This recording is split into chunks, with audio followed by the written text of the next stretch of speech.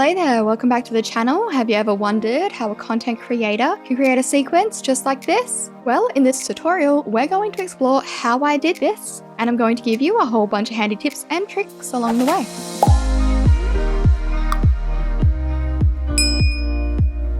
The mods that you are going to need to use are GammaUtil's Resolution Control Plus, Replay Mod, and Lightmatica. Now you can also use Flashback. I'm actually using it for the green screen version of myself that's on the edge of the screen at the moment. Now let's talk resource packs because you are going to need these. Now what looks like simple vanilla textured blocks actually can turn into this with my resource pack. If you would like a copy, you can find the link in the description, but it is not necessary. You can actually make this one yourself, and here are all the color codes.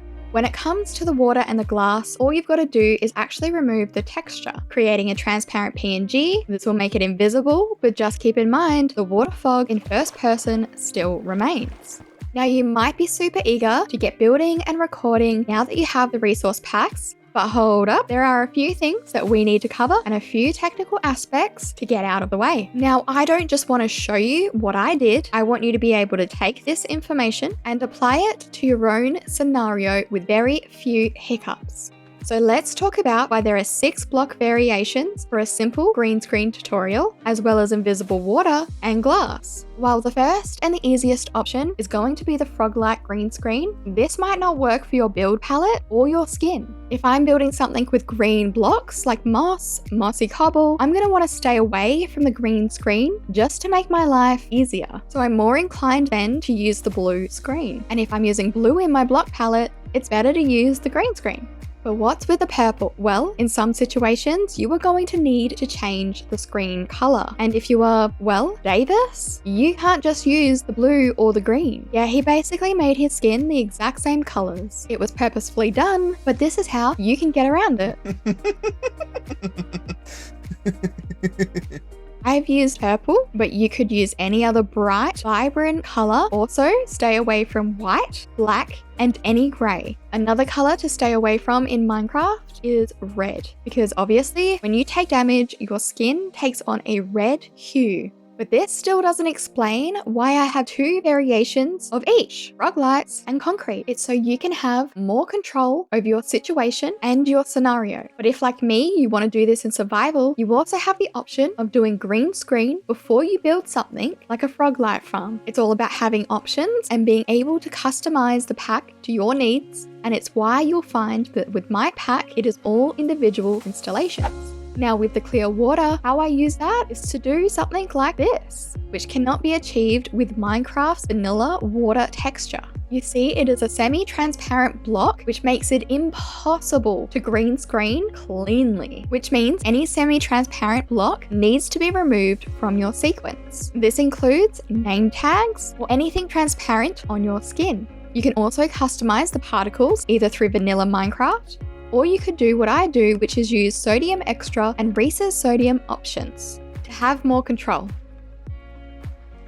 The glass can be used in a multitude of ways, and this brings me back to saying you can use concrete as a green screen. It depends on how you set up the screen, and this is how you create the perfect green screen in Minecraft, using concrete or any other solid block. The glass is instrumental in creating an invisible floor in which to work with.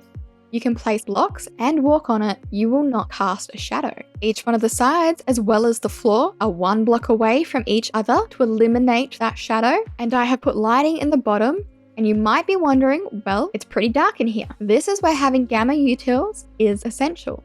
This will eliminate all of those shadows, and yes, it is a little bit different on this wall compared to the back wall, but in the grand scheme of things, it actually does not matter when you set it up like this. Now that we have control over our colors and our lighting, it's time that we started to get control over our camera and our scene. The easiest way to do this is to actually analyze the final that scene. You could do this in creative, or you could do this in survival using Lightmatica. All you would have to do is make sure that the schematic is not transparent and you can see the entire build in the area that you are building. Once you have set up your scene, especially in survival, you need to get control of the camera. To do this, you're going to have to find a position which encompasses the entire build that you can then reference over and over again. The easiest way to do this is to use Replay Mod's position keyframes. This means when we put it into our editing timeline, these sequences will overlay seamlessly. But I will explain more about that in the editing and replay sections of this video. For now, we just have to find that position and get started breaking down the scene. Second thing is we actually need to get control of our resolution. I use resolution control. This allows me to change the resolution of the game, which actually smooths out a lot of those pixels. We need to think about this as a 3D space in a 2D platform, which means the middle of the scene is going to be more complicated. So we're going to isolate that and I will go into more detail later. But the outside of the scene is going to need to be split up, basically working backwards from what we're going to shoot last to what we're going to shoot first. So this means that we only need to look at the areas that are overlapping all of these borders. So when it comes to the pillars and the top, we can actually utilize a split screen instead of a green screen for this section. This means we need to do the walls and the floor before we do the pillars and the top. This does mean that we have some conflicting areas around our middle square. This actually indicates how big our green screen needs to be. Now, before I've lost you with all of that jargon, this is what it physically looked like in my editing software. As you can see, I have stayed within the constraints of those sections in the frame. This includes exiting and entering. This does mean that the background for this sequence needed to look like this. I was just adding in all of the finer transparent details that couldn't be added in originally. When you overlay it with the other 3 shots from before, this is what it looks like. Alright, now that we know what the ending is going to look like, let's plan out this middle section. And the easiest way for me to show you that is to show you the stages in which I actually built it. Keep in mind that each one of these sides had to be filmed individually. This is where Lightmatica comes into play. You need stability, not only in your camera, but in every single block placement that you place for each scene. I know there's a lot of controversy with people thinking it's cheating when you're using it, but it's actually incredibly handy when you're trying to do something like this and you need that stability and that control of consistent block placement. So let's take an up close and personal look at each one of those individual shots, because some of them you're going to need to overlap. So let's talk about the first thing you're going to shoot and potentially the last thing that you're going to shoot, and that is your background layer. Now we are going to keep this in terms of layers because it is going to make it a lot easier for you to understand what I'm talking about when we get to the editing section of this video. So what is a background layer? Well, the background layer is something that ties everything you're about to do together, and it's okay if you make a mistake in this layer simply because you can reshoot it later on. Everything you're about to do, or everything that I did, you actually have to build it, demolish it, and then continue. This is so you have a clean set from start to finish. Once you have filmed your background layer using Replay Mod, you can then go ahead and start planning out your green screen. Let's remember what it looked like from our final shot before, which shows us exactly how big the green screen needs to be. I mean, your build might look a little bit different from mine, but whatever it is, wherever your green screen is going to be, that's what we're replacing. So I'm going to show you what it looks like on one side replaced with the concrete and the glass, and then I'll show you what the other side looks like replaced with Froglights. So here it is, side by side. I actually prefer the glass. I like the degree of separation, but obviously they are both kind of set up slightly differently. I do over here have an extra row taken out of the wall, and this is simply because if I'm putting a background layer underneath this and then I have the wall on top of it, you're going to see some disconnect, and it's actually going to be quite visible that you can see the wall on top of the flooring. And that is why I have removed that section of the wall. Now I have used stairs along that edge just because it gets rid of any shadows, and because it is such a finicky area at the front of the scene, I just want to make sure I'm not causing any problems for myself later on. Now let's just throw the resource packs on so you can actually see what they look like side by side. And as you can see, that color is basically the same, When you set the screen up in this way, this is how you get the colors nice, smooth, and flat. No major shadows on either of them. Obviously, they are at different levels, so it's a little uneven, but the color is a perfect match between the two. Now for this scene, I'm not sure I would go with the Froglights at that layer. This is the floor layer, and I do feel like it is better having a degree of separation with the glass. I'd probably lower the Froglights down one more layer and then have the glass over the top, just so that I can build a lot easier, especially without any particles showing up from the Froglights. Now I have gone ahead and put in both of the sides. You will actually shoot both of these separately. You pick which one you want to do first. Just keep in mind your entry and exit points. This one, I would use the exit point as this section here, because you can jump on the barrels and hide out there for a little while and be unnoticed. You would just have to line up the timing.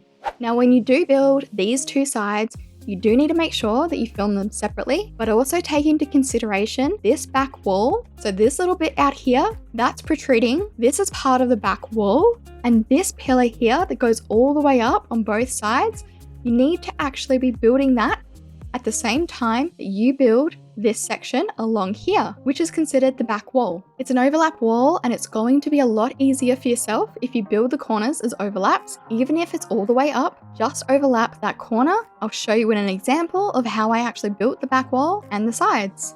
This will actually help eliminate any of those pesky shadows when you actually go into the green screen and you see a little gap between the wall, because there won't be a gap. There will just be a block color for both the sides that you're working on. It's all about timing and making sure that you frame out the edges that are going to overlap, and you get your character into a position where you will not be chopping off half of your image, but instead you can actually relax about the tops and the edges in each frame as you're building them.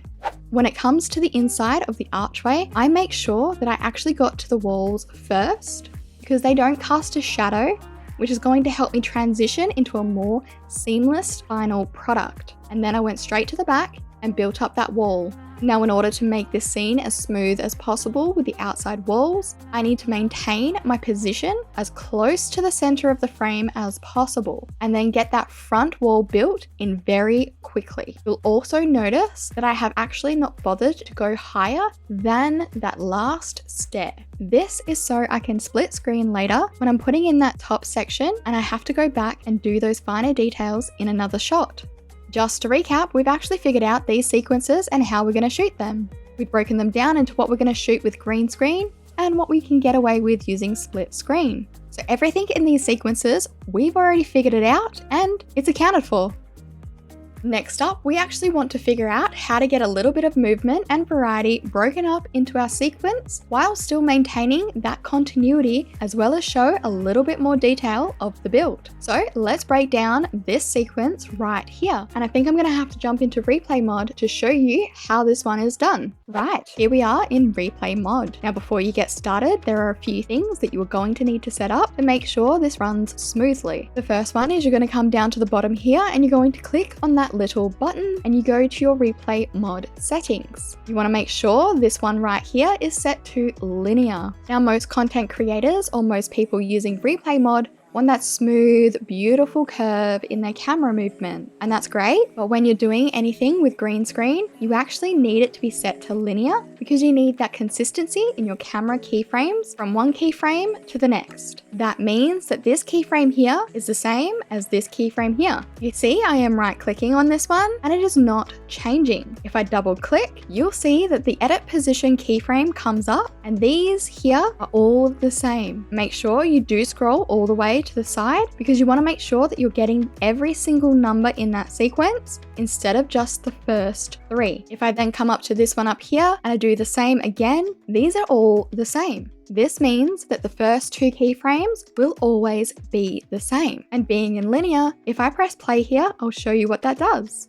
This basically means that the camera is completely stationary and allows for any of those blocks to disappear before the movement begins. Another thing that you are going to need to set up is you're actually going to have to go into your game settings, into options, video settings, and you're going to make sure that your screen is actually set to full screen. Now, I actually have an ultra wide monitor and I don't need to put mine at full screen right now because I'm not needing any extra renders or edits. But make sure your screen is the exact same size every single time. The next thing is going to be your field of view. So you want your field of view to be consistent at all times. Now I usually play around here, but when I'm doing a render, I always change it closer to 50. This is completely personal choice and is just determined by what creativity you want to put into your shots and into your storytelling.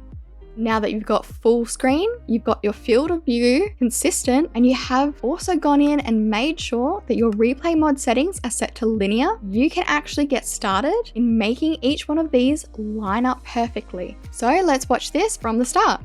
Having that little spot in right there actually allows you to get rid of anything going on that you can then cut from a clean shot into your movement. The screen will stop, and between now and the next movement point, I'm simply holding space for the green screen version of this side and this side coming together. Then the movement will start again when roughly the same time has passed, and I can get into that movement of myself in the middle where it will look seamless that there were multiple versions of myself running around. I then wait and stop at this point, and this is my new starting point. This is very important to make sure that you write down the entire number of what is here when you are going from one shot to the next. So all of this here should match up to the next shot in the next replay. But first, let's take a look at what I did for the green screening version of this sequence. Here we are, basically the same position. Again, check out this keyframe. It is exactly the same as that first keyframe where we actually had the back wall all built up. We also have this one here, which again is like 5 seconds away from the other one. Same position as the first one. This holds that space once again to remove any of those blocks or any of those little distortions that happen before you start moving your camera. So I can do a clean cut from about here and move into that zoom. Again, you will see me rebuilding this part of the floor, but I'm not actually going to use it. It's just to allow me to get the timing correct. Now, if we have a look over here, you'll see that I just magically appear and I'm about to start and enter from the same place that I exited from. I then go through the details and I go through this side right here. Here's the final composition of this sequence. Now that we've got it all together and you know how to break it down shot by shot, I think it's time we jump into DaVinci so that you can start seeing how I put it all together on a timeline and what fusion effects I like to use in order to get this green screening to work. Right, here we are in DaVinci. Now this section right here, this is my entire sequence all laid out. All of the clips, all done with all of the editing and the timing. It's just a little longer than the original version, so we can actually have a little bit more of a closer look at everything going on. One of the first things that I want to look at is actually all about layers. And this is what I meant when I said I wanted to keep everything in terms of layers. You can turn off each one of these layers with this little button, and then basically that means we end up looking like this. When I begin to disable all of those layers, you can actually see what clips have been used and where they're sitting. Now again, a lot of this is not just a layer. I've actually gone in with this tool up here, which is a crop, and that is just cropping away any of the extra imagery in the frame. But what do all of these layers look like before we get to this stage? That's the next question, and well, I think the easiest way is we're going to copy this and I'm going to move it all the way down to the end here, putting in my in point, and paste in a copy of every single one of these right here.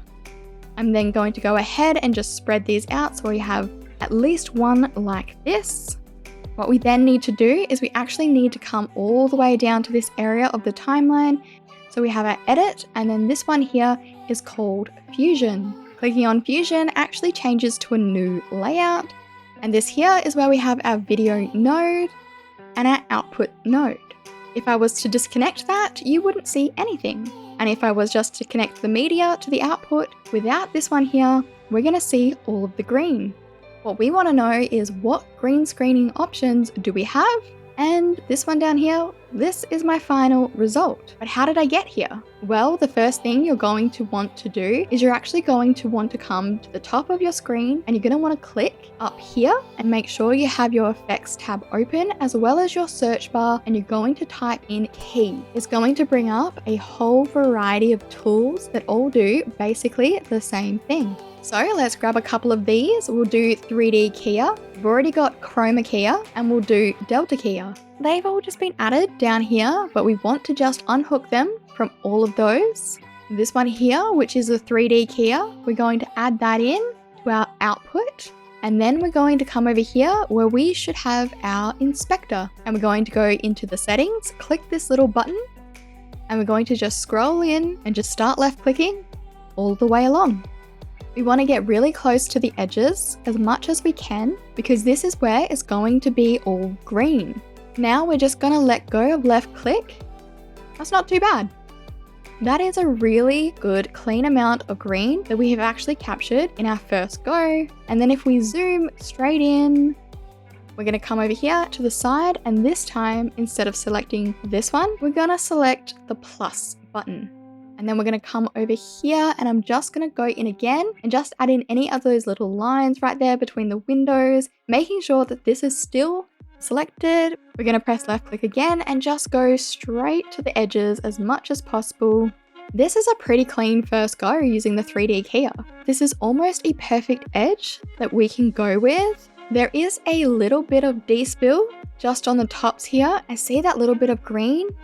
The best way to get rid of that is probably to come all the way over here where it says Dspill and just up this little slider. So basically, as I'm using that slider, it's going to just get rid of some of that green.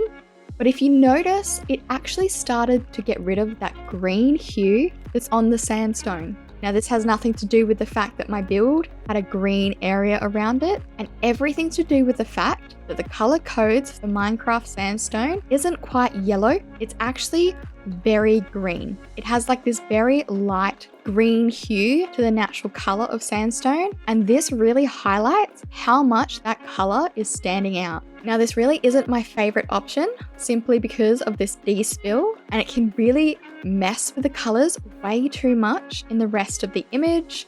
There are ways to get around it, but they get a bit more complicated. So let's actually have a look and see what it looks like with a background. I'm just going to copy that one and paste it in, and let's zoom in as far as we can. Yeah, this is why I'm not a big fan of this method. If you have a look here, the edge is very, very distinct. There is a color shift between the two different sandstones. I mean, I could go in and color grade, but why do one extra step?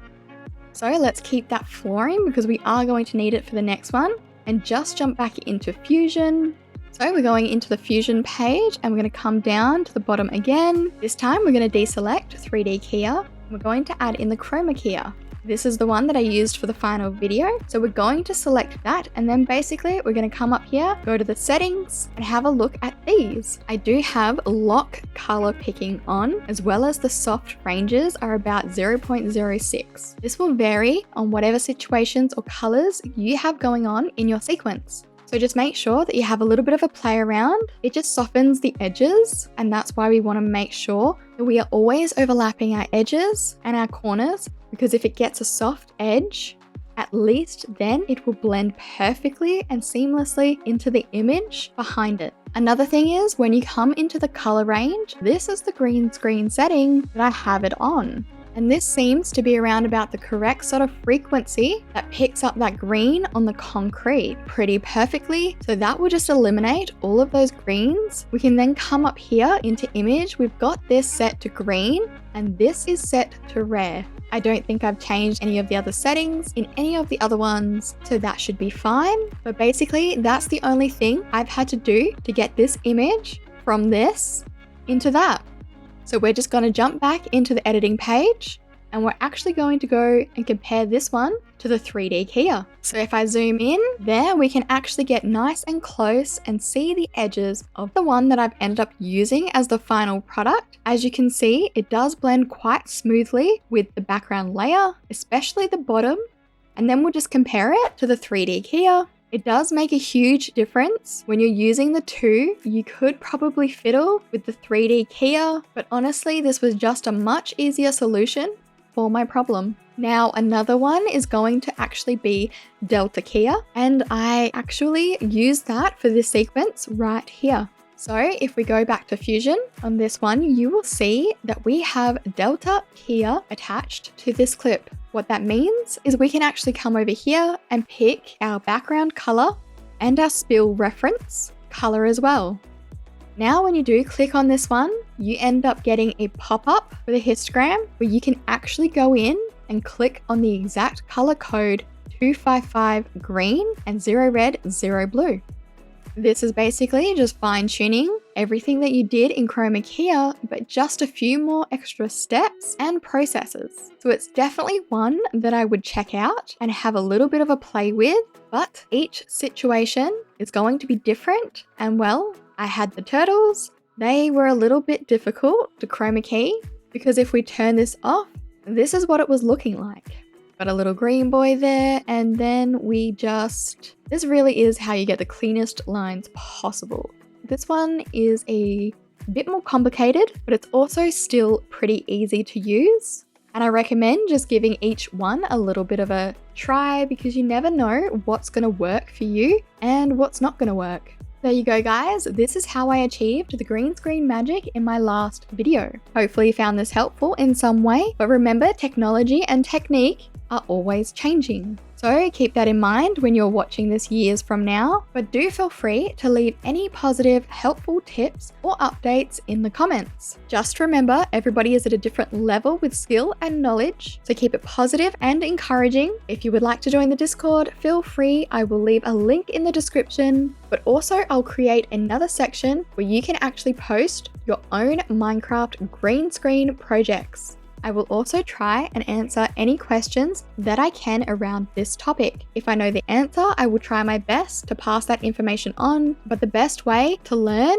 is to get started. Develop your own style and just go out there and start recording and testing out all of these techniques. But most importantly, have fun doing it. So that's where I'm going to leave it for today.